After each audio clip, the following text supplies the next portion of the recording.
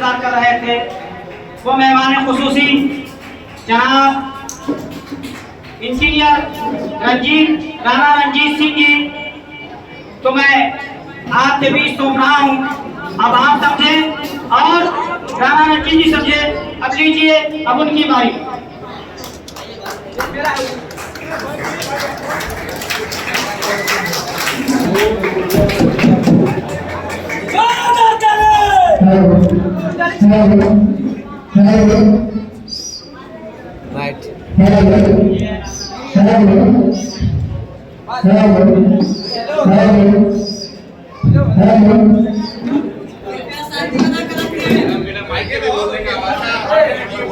उसी में बोलिए।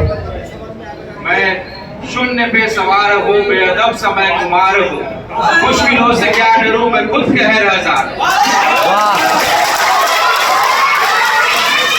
आज इसका एक कार्यक्रम के कोऑर्डिनेटर हमारे भाई मुन्ना मंसूरी जी,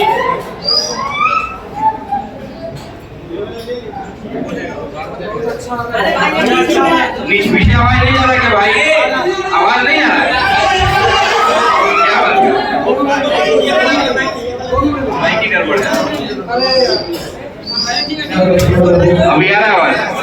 अभी आवाज आ रहा है? अभी मेरी आवाज हम लोग बाद में सुनेंगे। अरे भाई पेमेंट दे देंगे आपको, माइक वाले का पेमेंट हो जाएगा। हम लोग कई सभाएं करते हैं, मेरी आवाज कहाँ तक जा रही मैं जानता हूँ, और जहां तक पहुंचानी वहां तक पहुंचेगी। जिनका पेमेंट का देख लीजिएगा, ख्याल रखिएगा, बेचारे परेशान है कि कहीं पेमेंट ना रुके। खैर आपको मिल जाएगा मुन्ना भाई, इनका पेमेंट मिल जाएगा। तो गलती से हो जाता है कभी कभी। तो मैं चाहता हूं कि मेरी आवाज पहुंच रही है कि नहीं पहुंच रही है, उससे पहले मैं आपकी आवाज को सुनना चाहता हूं। और आज ये कार्यक्रम का मकसद है कि क्या हम लोग बाजपट्टी से विधानसभा का चुनाव लड़े।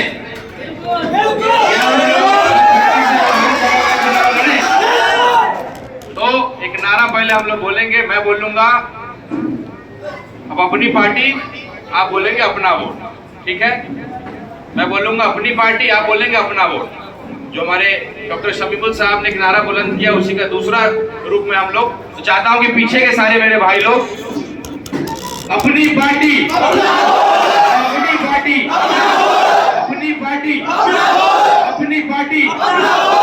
सब लोग नहीं हाथ उठाए भाई, सब लोग उठाएंगे तभी नारा को रोकेंगे। अपनी पार्टी, अपनी पार्टी।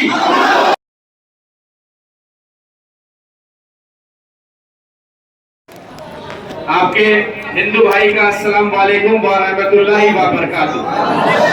और मेरे हिंदू भाइयों को हर हर महादेव। ये नारा जब मैं कह रहा हूं कि अपनी पार्टी, तो उतनी ही शिद्दत से आज एक एक हिंदू भाई इस पार्टी को अपनी पार्टी मानता है। मैं खास करके जिस समाज से आता हूं, अभी आपने सुना होगा एक आरजेडी के विधायक है मीनापुर के मुन्ना यादव जी, क्या कह रहे थे कि भाई अब झा मिश्रा सिंह का जमाना गया। तो भाई साहब, हम लोग कुर्बानियां देने के लिए क्षत्रिय समाज, राजपूत समाज हमेशा से तैयार रहा है। पहले भी हम लोगों ने कुर्बानियां दी है, देश के लिए गर्दन कटाया। और अगर कुछ गलतियां हमारे पूर्वजों से हुई भी हैं, तो हम लोग तैयार हैं। हम लोग अपने दलित भाई को, अपने मुस्लिम भाई को गद्दी पे बिठाने का संकल्प लेते हैं और उनको बिठाएंगे। एक नया समीकरण तैयार करने आए। अगर मैं इसको कह रहा हूं अपनी पार्टी, मैं जिस समाज से आता हूं, राजपूत समाज से आता हूं, हिंदू समाज से आता हूं, हमारी जनसंख्या कम है। और तमाम अपने जितने भी मेरे मीडिया के भाई हैं, मैं आपके द्वारा इस मैसेज को हर अपने फॉरवर्ड समाज के, अपने राजपूत समाज के भाइयों तक पहुंचाना चाहता हूं। पंडित समाज के भाइयों के साथ, भूमियार समाज के भाइयों के साथ और अपने दलित भाइयों के समाज के पास ये मैसेज को पहुंचाना चाहता हूं कि हमको सत्ता नहीं चाहिए, लेकिन हम सही व्यक्ति को, सही और वैसा व्यक्ति जो पंक्ति के सबसे पीछे वर्ग में था, चाहे वो मुस्लिम भाई हो, चाहे दलित भाई हो, उसको गद्दी पे मुख्यमंत्री हम बनाना चाहते हैं और एक नया समीकरण तैयार करना चाहते हैं। तो ये बिहार की बात हुई।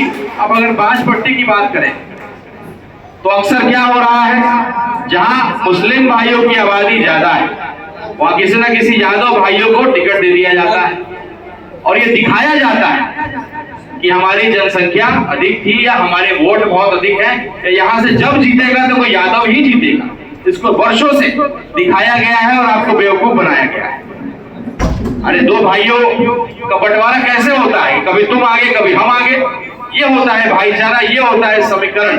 अगर आप कहते हैं कि एमवाई समीकरण होता है तो एमवाई समीकरण तो जिंदा रखिए ना। अगर हमने किसी यादव भाई को यहाँ का विधायक बनाया तो एक बार मुस्लिम भाई को भी बारी दीजिए। हम लोग पिछली बार आए थे, हम लोगों ने ऐलान किया कि अगर आरजेडी वाले किसी मुस्लिम उम्मीदवार को यहाँ से उतार देते हैं तो हम लोग अपना विड्रॉ कर लें, हम लोग चुनाव नहीं लड़ेंगे भाजपा से।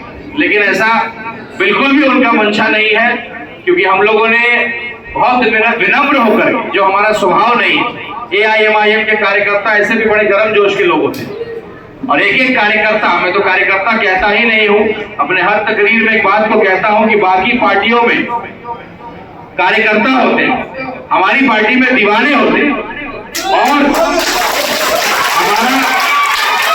हमारी पार्टी का एक दीवाना उनके 100 कार्यकर्ता पे भारी होता है। वैसा ही मेरा एक दीवाना यहाँ घूम रहा था, इसका सर पे चोट लगा था। मैं आग्रह करूंगा मेरे भाई को, इसका सर फटा हुआ था लेकिन मोटरसाइकिल पे घूम रहा था। मैं बुलाना चाहूंगा अपने भाई को, कहाँ गए मेरे भाई जिसका सर फटा हुआ? आइए मंच पे। ये दीवानगी है हमारी पार्टी की। अरे कहाँ टिकिएगा? आपको लगता है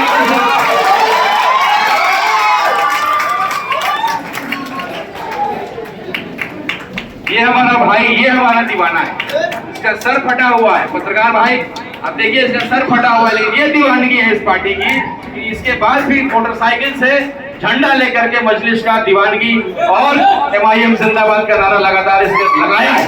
तो ये दीवानगी है।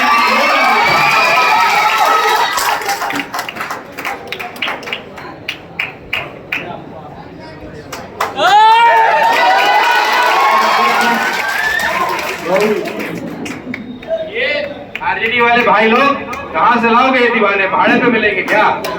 ऐसे दीवाने भाड़े पे मिलेंगे? करोड़ों खर्च करने के बाद भी नहीं मिलेंगे, मजलिस का मुकाबला नहीं कर पाओगे। अभी सुगौली विधानसभा में एक उदाहरण स्थापित किया पेटी में। अभी सुगौली विधानसभा के विधायक गए थे वोट मांगने, आपने वीडियो देखा होगा, सोशल मीडिया पे वायरल था। जब वो विधायक जी पहुंचे तो वहां के नौजवानों ने उनको घेर लिया, कहा कि विधायक जी देख रहे हैं ना क्या हालत है आपकी, 4 आदमी आपके पीछे नहीं घूम रहा है। यही पुराना माहौल था, आरजेडी का जब कैंडिडेट आता था तो पूरा हुजूम खड़ा हो जाता था। लेकिन क्यों नहीं है? क्योंकि आपने मजलिस के एमआईएम के प्रस्ताव को ठुकराया है। और आप सब लोग संकल्प लीजिए कि जब भी आरजेडी का विधायक आपके यहाँ आएगा तो आप भी वही सवाल करेंगे ना? हाथ उठाइए। आरजेडी का कोई विधायक, कोई कार्यकर्ता अगर आए तो कहिएगा कि बी टीम कहते थे ना, हम लोग के पास मात्र 5 विधायक थे, आपने 4 को तोड़ा। लेकिन हमारे प्रदेश के अध्यक्ष अख्तर उल ईमान साहब के ईमान को नहीं तोड़ा पाए। करोड़ों का तुमने ऑफर दिया, मंत्री पद का ऑफर दिया, लेकिन उन्होंने लात मारा। तो ऐसे ईमान के पक्के को आपने नहीं तोड़ने का जो है सब प्रयास आपने किया, लेकिन नहीं तोड़ पाए। तो आप सब लोगों को एक संकल्प लेना है कि आज के बाद कोई भी आरजेडी वाला है उससे सवाल करिएगा कि पहले सवाल का जवाब दीजिए, फिर हम आपसे बात करेंगे। कि जब मजलिस कह रही थी कि आप गठबंधन कर लीजिए, बाद में आप कहिएगा बी टीम है, सी टीम है, डी टीम है। क्यों नहीं गठबंधन करना चाहते हैं? आप सबको मालूम है, चौक चौराहे पे इस बात को बोलना पड़ेगा। आज इसकी एक शुरुआत किया है, एक शंखनाद किया है हम लोगों ने। अगर हम लोग, आप सब लोगों ने निर्णय लिया कि बाजपट्टी से हमको चुनाव लड़ना है तो मजबूती से लड़ना पड़ेगा, क्योंकि हमारे राष्ट्रीय अध्यक्ष, हमारे प्रदेश अध्यक्ष और एआईएमआईएम कहीं लड़ेगी तो कमजोरी से नहीं लड़ेगी। हमारी पार्टी में एक एक व्यक्ति शेर के रूप में जाना जाता है, और अगर चुनाव लड़ेंगे और मजबूती से नहीं लड़ पाए तो कहीं ना कहीं हमारा जो पहचान है वो कमजोर हो जाएगा। इसलिए हमको संकल्प लेना पड़ेगा कि अगर चुनाव लड़ना है तो आपको असदुद्दीन ओवैसी बनना पड़ेगा, आपको अख्तर उल ईमान बनना पड़ेगा, मुन्ना मंसूरी तो बाद में बनिएगा। और मैंने भी अपने ढाका के एक एक जनता से वादा किया है, मैंने कहा कि अगर ढाका के वर्तमान विधायक होते मुस्लिम बिरादरी से तो मैं चुनाव नहीं लड़ता। और उनका जो परफॉर्मेंस है उससे आकलन एक एक आदमी कर रहा है कि दोबारा टिकट अगर मिलता भी है, जो बहुत मुश्किल है, अगर टिकट मिलता भी है तो चुनाव जीत नहीं पाए। तो मैंने उनको वादा किया है कि अगर एक आपको लगता है कि एक सीट पे मैं डिस्टर्ब कर रहा हूं, ये हिंदू का बेटा, राजपूत का बेटा अगर एक मुसलमान की सीट पे आपको डिस्टर्ब कर रहा है, तो आपको वादा करता हूं कि 10 मुसलमान विधायकों को जिता करके दूंगा। अगर ढाका से राणा रंजीत सिंह को, एक हिंदू के बेटा को, एक मुसलमान वोट देकर के जिताता है, तो इसका मैसेज पूरे बिहार नहीं पूरे देश में जाएगा।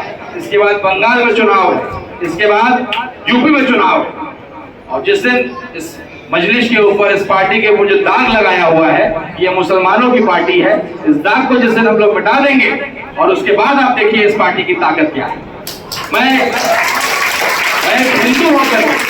मैं एक हिंदू होकर के इस ताकत को समझ रहा हूं, इसीलिए इस पार्टी में जुड़ा हुआ।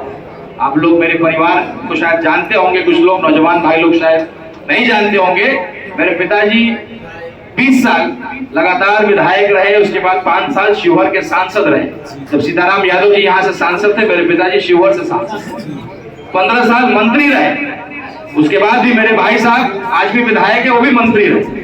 मेरे पिताजी आजीवन आरजेडी में रहे और उन्होंने सेकुलर पॉलिटिक्स को किया, और बचपन से मैंने देखा एक मुसलमान भाई, एक राजपूत भाई एक ही प्लेट में खाया, एक दलित भाई को साथ में लेकर के चला, और इस समीकरण को मैंने बचपन में देखा।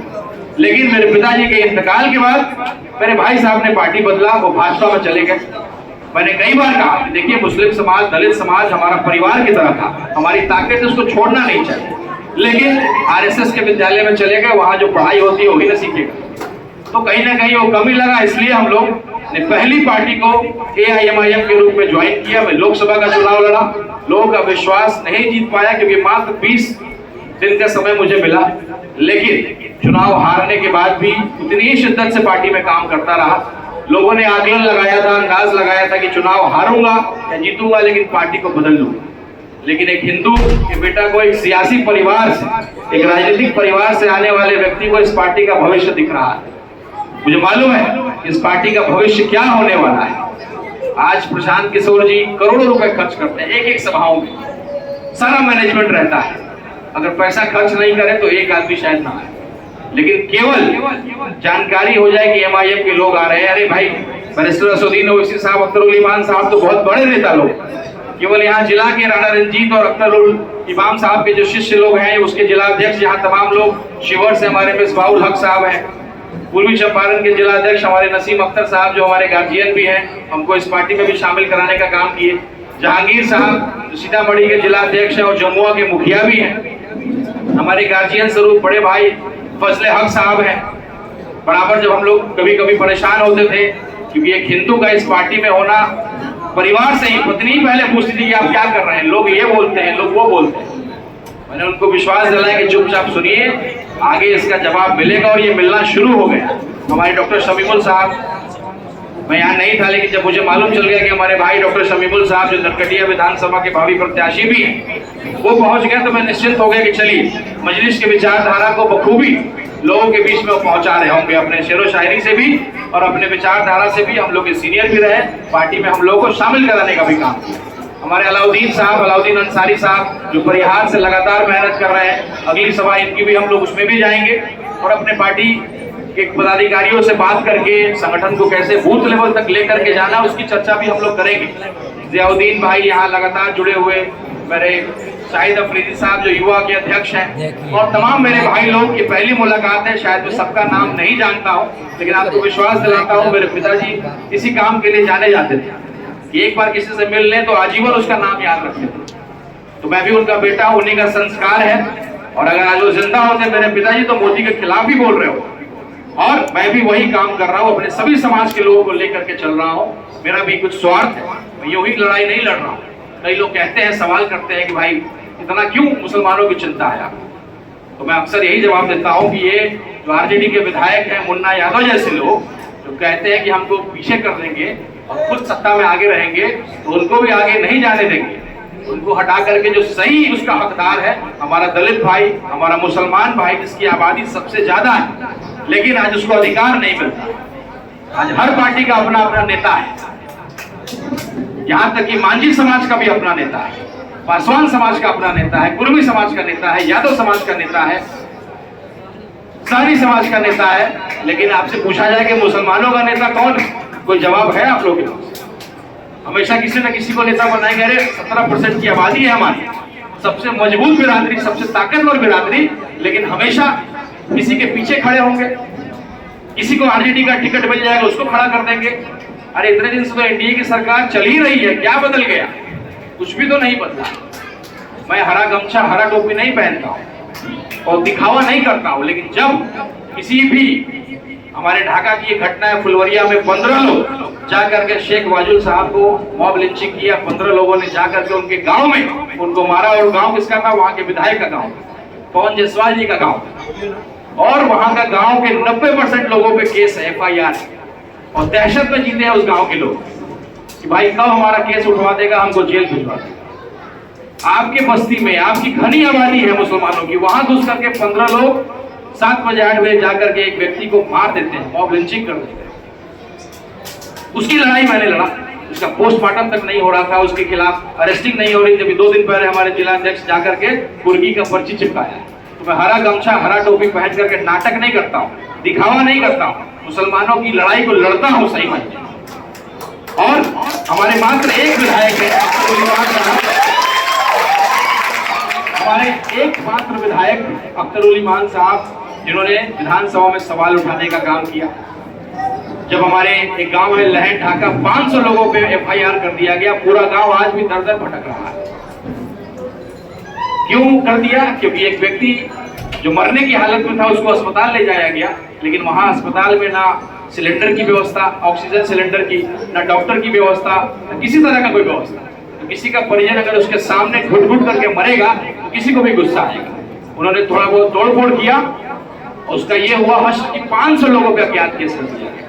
और जो वहां के पूर्व विधायक हैं जो मुस्लिम समाज से आते हैं, उनके पास जब लोग गए, लहन ढाका का मसला है, आप लोग जानते होंगे, किसी से फोन पे पूछिएगा भी, आपको बताएंगे। तो कह रहे अरे भाई आप लोगों ने जो तोड़फोड़ किया था, मुझे CCTV कैमरा में लोगों ने दिखाया, मेरा तो शर्म जो है, शर्म से मेरा सर झुक गया। अरे भाई साहब ये बिहारी है और सरकारी चीजें कुछ टूटी गई तो कौन सी बड़ी बात होगा? तो ऐसे आपके विधायक जो बोलेंगे नहीं। अरे हम लोग जिस क्रांतिकारी धरती पे बैठे हैं आज, रामफल मंडल साहब, जो शहीद रामफल मंडल जी हमारे गर्व के ये आदि है, हम लोग उन पे गर्व करते हैं। उन्होंने SDO दरोगा गला काट दिया था फंसा से। आप लोगों ने कहानियों को सुना होगा, बेहतर आप जानते हो। हम लोगों ने पढ़ा था कि जब 1942 के नॉन कॉपरेशन मूवमेंट में असहयोग आंदोलन जो गांधी जी ने शुरू किया था, और इन्होंने जब आंदोलन को आगे पहल करके किया, तो कुछ अंग्रेजों ने, वहां के जो SDO थे, अंग्रेजों के सिपाही और कर्मचारी थे, उन्होंने कई लोगों को गोली मार दी।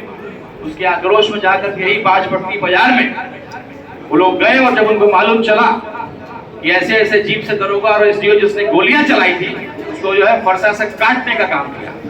और उसके बाद अपने पत्नी को अस्पताल में, बच्चा उनका होने वाला था, लेकिन वो बच्चा 8 महीने में मर गया। नेपाल में लक्ष्मी नगर कोई गांव है, वहीं उन्होंने रखने का काम किया। और फिर उन्होंने परिवार को कहा, लोगों को कहा, भाई आप इनका ख्याल रखिएगा, मैं फिर जा रहा हूँ और ऐसे 10 और अफसरों को मारूंगा, अंग्रेज के अफसरों को, और उसके बाद अगर फांसी चढ़ना होगा तो मैं चढ़ूंगा। ऐसे रामफल मंडल जी का ये धरती है, ये क्रांतिकारी धरती है। और आपसे लोग घूस मांगेगा, आप जब जाएंगे ब्लॉक पे तो आपसे घूस मांगा जाएगा। आप जब जाएंगे अस्पताल में इलाज कराने, कोई जो मारपीट का जो पर्ची कटता है तो आपसे घूस मांगा जाएगा। इंदिरा आवास, प्रधानमंत्री आवास योजना में टैगिंग होगा तो आपसे घूस मांगा जाएगा। आप कोई भी काम के लिए जाएंगे, FIR कराने जाएंगे, नौजवान भाई मेरे पासपोर्ट का वेरिफिकेशन करने जाएंगे, सिम कार्ड चोरी हो गया उसका कंप्लेन कराने जाएंगे तो वो घूस मांगेगा। ये इस धरती का इतिहास रहा है। तो ऐसे नेता को पैदा करिए, ऐसी पार्टी को जिंदा करिए जो आपके हक के लिए लड़ाई लड़े और वो ताकत आपको वापस करे। हमारे मुन्ना भाई भले बोलने में बहुत तेज तरार ना हो, लेकिन हम लोग उनको व्यक्तिगत रूप से जानते हैं। जब लड़ने की बात आएगी, जब आपके लिए संघर्ष करने की बात आएगी, तो ये मुन्ना भाई आपके लिए हमेशा खड़ा रहेगा। हर आदमी बोलता ही नहीं है, कुछ लोग बोलते कम है, करते ज्यादा है। तो हमारे मुन्ना मंसूरी साहब ऐसे नेता है जो करने पे विश्वास ज्यादा रखते हैं। आपने यूपी में देखा मुलायम सिंह यादव जी को थोड़ा थोड़ा तोतलाते भी, लेकिन उनसे बड़ा नेता कोई नहीं। प्रधानमंत्री बन गए होते अगर लालू जी ने विरोध नहीं किया। तो कहीं ना कहीं अब हम लोग को अपने हक के लिए लड़ने का समय आ गया है। केवल आपको बताने और जगाने आया कि आप सबसे मजबूत हैं, आपकी जनसंख्या सबसे अधिक है, तो आप उनको कहिए कि भाई मुस्लिम का कैंडिडेट दो, और नहीं दोगे तो मुन्ना मंसूरी और मेरी अपनी पार्टी MIM चुनाव यहाँ लड़ेगी, पार्टी को मजबूत करेगी, बूथ लेवल तक लेकर के जाएगी।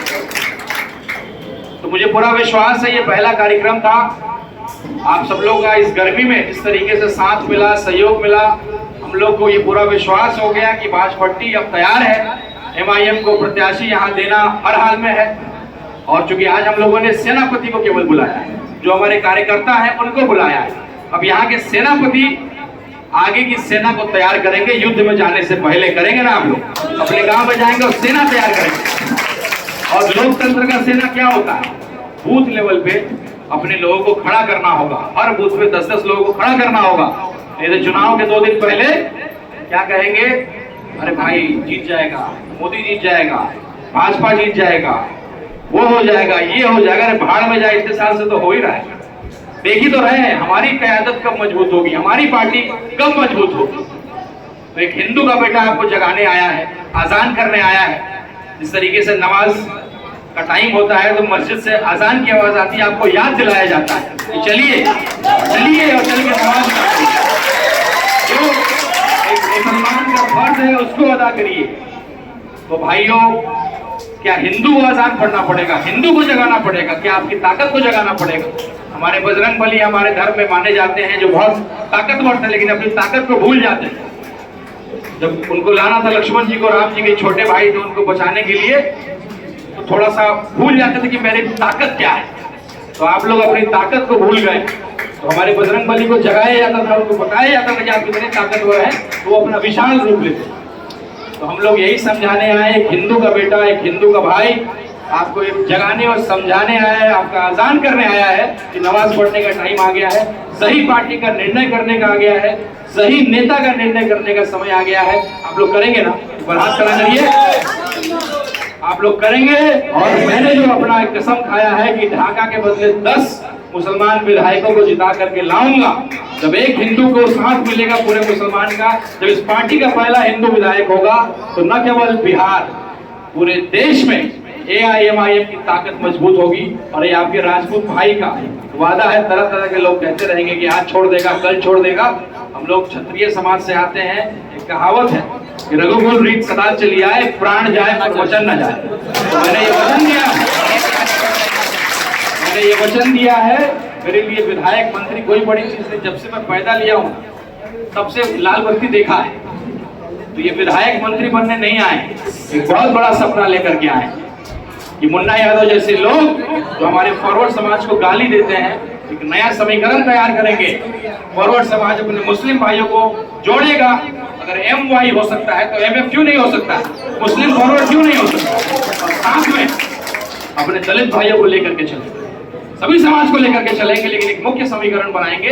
अब और अत्याचार हम लोग नहीं सहेंगे। आज दलित समाज के मेरे भाई होंगे अगल बगल में, देख लीजिए हाथ घुमा करके। मेरे मुस्लिम समाज के भाई होंगे अगल बगल में, हाथ घुमा करके देखिएगा जितने अत्याचार हो रहे हैं, कौन कर रहा है, उसका जवाब आपको सामने मिल जाएगा। और ये बीजेपी का जो बी है ना, कहने के लिए तो भारतीय है, लेकिन सही मायने में ये बी किसके लिए पूरी दुनिया जानती है। ये बी किसके लिए है मालूम है ना आप लोग? किसके लिए बी के लिए? क्या किसका बी है? बिजनेसमैन वाला बी है, और एक हिंदी में भी एक बी है। मैं वो कहना नहीं चाहता हूँ, आप अपने से कहिएगा, आप समझिएगा।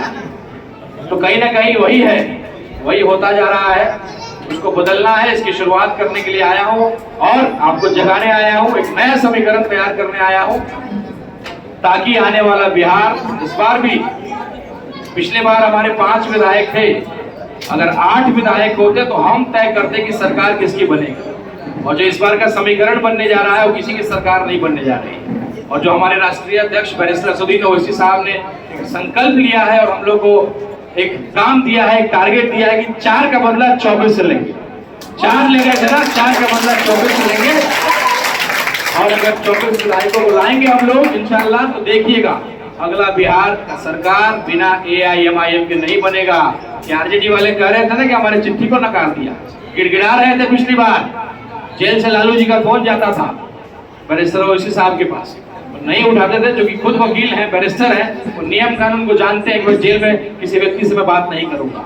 गिड़गिड़ाते थे कि 5 विधायक दे दीजिए, दे दीजिए, दे दीजिए। हम तब भी उनके साथ खड़े थे और हमेशा एक सेकुलर पार्टी के साथ ही करेंगे। जीतने के बाद भी हम भाजपा और एनडीए में कभी नहीं जाएंगे। अगर जरूरत पड़ेगी तो आरजेडी वाले ही सरकार में जाएंगे। तो कोई आए तो बोलिएगा कि बी टीम जो कहते हैं ना, आप हैं कमजोर, आप हैं गलत, क्योंकि आप मुसलमान की क़यादत को खड़ा नहीं होने देना चाहते। अरे आप अपनी पार्टी में तो किसी मुसलमान को नेता नहीं बनने दिए। अब्दुल बारी सिद्दीकी साहब इतने बड़े बड़े नेता उस पार्टी में है, लेकिन हेलीकॉप्टर में किसको बिठाते हैं? मुकेश सहनी जी को बिठाते हैं। काहे नहीं अब्दुल बारी सिद्दीकी साहब को बिठाते हैं? स्टार प्रचारक में क्यों नहीं और मुसलमान नेताओं को बनाते हैं? तो आप अपनी पार्टी में तो मुसलमान के नेता को पैदा ही नहीं होने दिए। जब मुसलमान की पार्टी खड़ी हो जाएगी तो आपका तो पूरा जमीन खिसक जाएगा पैरों तले। यही चिंता है उनको, इसी बात का डर है। सरकार सीएम बने ना बने, लेकिन विपक्ष के नेता तो बने रहेंगे। मुसलमानों की वोट अगर उनको मिलता रहेगा तो कम से कम रोजी रोटी तो चलता रहेगा, वरना बेरोजगार हो जाएंगे। ये उनकी स्थिति है, इसलिए हमसे गठबंधन नहीं करते। इसलिए कोई आरजेडी वाला है उससे पूछिएगा, एम वाई समीकरण, वाई को बनाया, एम को टिकट दो। गठबंधन क्यों नहीं किया? एआईएमआईएम जब आई थी, मुसलमान की पार्टी अगर खड़ी हो रही है तो क्यों गठबंधन नहीं किया? हम लोग तो चिल्ला चिल्ला के कह रहे थे कि दे दो केवल 5 ग्राम, रखो अपनी धरती तमाम, लेकिन आपने वो भी नहीं किया। ये फैसला अब जनता करेगी। अब हम और कोई चिट्ठी नहीं लिखेंगे, हम और नहीं झुकेंगे, क्योंकि आप लोग ही नाराज होते हैं। एआईएमआईएम क्यों झुक रही है? अधिक से अधिक सीटों पर लड़े, तो अधिक से अधिक सीटों पर अगर लड़ना है, संगठन को जमीन स्तर पे, बूथ स्तर पे लेकर के जाना होगा। एक एक आदमी को मुन्ना मंसूरी बनना पड़ेगा, एक एक आदमी को बैरिस्टर असदुद्दीन ओवैसी बनना पड़ेगा, और अपनी जिम्मेदारी लेकर के। हमारे पास पैसा नहीं है बहुत ज्यादा, हमारे पास और संसाधन नहीं है, तो आपको अपना काम समझ करके, अपनी पार्टी समझ करके इस अभियान को आगे बढ़ाना है। ये आज एक शुरुआत हुई है, बहुत बेहतरीन शुरुआत हुई है। मैं फिर से एक बार नारा आपसे लगवाना चाहूंगा, नारा लगवा करके अपनी बात को खत्म करूंगा। नारा क्या है? अब अपनी पार्टी, एक बार हाथ खड़ा करिए पहले सब लोग एक बार हाथ खड़ा करिए। पीछे वाले मेरे भाई लोग 2 मिनट रुक जाइए, हाथ खड़ा करिए। अब अपनी पार्टी, अपनी पार्टी, अपनी पार्टी।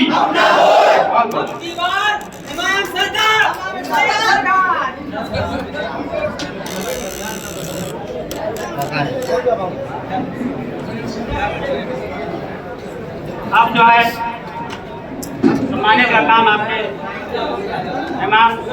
मेहमान खुसूसी राणा रंजीत जी के द्वारा किया जाएगा।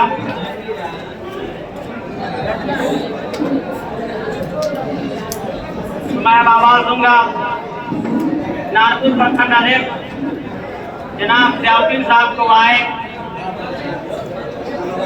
सियाउद्दीन साहब ने पूरे टीम के साथ स्टेज पर आए, अपने पूरे टीम के साथ सियाउद्दीन साहब स्टेज पर आए। बैठिए आप लोग, बैठिए अभी। खाना खा करके जाना आप लोगों को, खाना बना हुआ है, खाना खा करके जाइएगा। बिरयानी है